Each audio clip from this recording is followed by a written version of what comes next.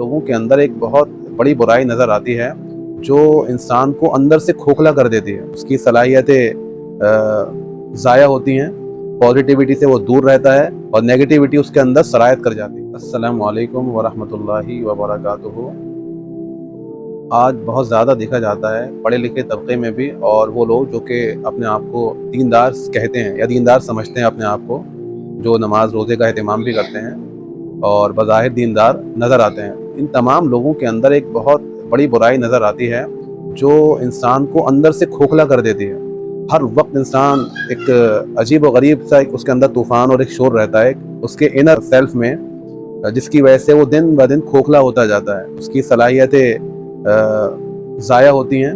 Positivity سے وہ دور رہتا ہے اور نیگیٹیوٹی اس کے اندر سرایت کر جاتی ہے۔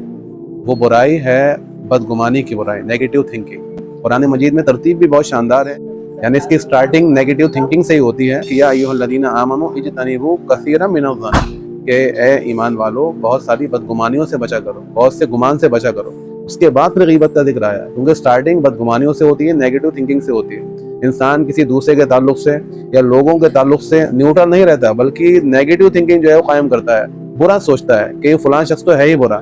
سٹارٹنگ جو ہے وہ بالکل نیگیٹو تھنکنگ سے ہوئی، تو اس کی جو انتہا ہوگی وہ اچھی نہیں ہوگی، اس کا جو آؤٹ کم آئے گا وہ غیبت، اور غیبت کے بعد پھر لڑائی جھگڑا، ڈسپیوٹ، معاشرہ کھوکھلا ہوگا، شخصیتیں کھوکھلی ہو جاتی ہیں، جو صلاحیتیں ہوتی ہیں لوگوں کے اندر وہ ضائع ہونے لگتی ہیں۔ تو کوشش کریں کہ جو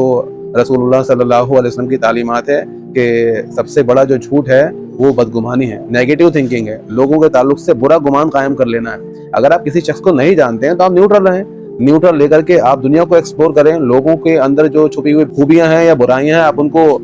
جانچنے کی کوشش کریں کہ کس کے اندر کیا خوبی ہے کیا برائی ہے، لیکن نیوٹرل ہو کر کے۔ لیکن پہلے سے ہی آپ اپنا مائنڈ جو ہے وہ نیگیٹو بنا لیں گے تو اس سے آپ اپنی شخصیت ہی کی تخریب کریں گے، نہ کہ تعمیر کریں گے۔ تو بہت زیادہ گمان کرنے سے، لوگوں کے تعلق سے بچیں، یہ قرآن مجید کی تعلیم ہے، اجتنبوا کثیرا من الظن۔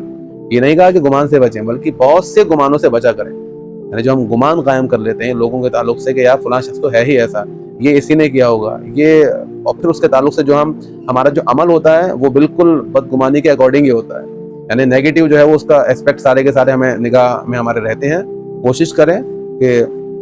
گھروں کے اندر، معاشرے کے اندر، دوستوں میں، رشتہ داری میں یا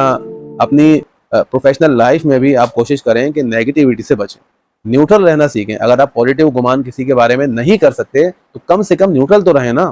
تاکہ نہ پوزیٹیو گمان ہو اس کے تعلق سے، نہ ہی نیگیٹو گمان تو ہو سکتا ہے کہ اس اگر اسپیکٹ سے آپ جو ہے وہ چیزوں کو دیکھیں تو انشاءاللہ آپ کی شخصیت کی بھی تعمیر ہوگی، نہ کہ تخریب ہوگی۔ اللہ تعالیٰ سمجھنے کی توفیق عطا فرمائے۔ السلام علیکم۔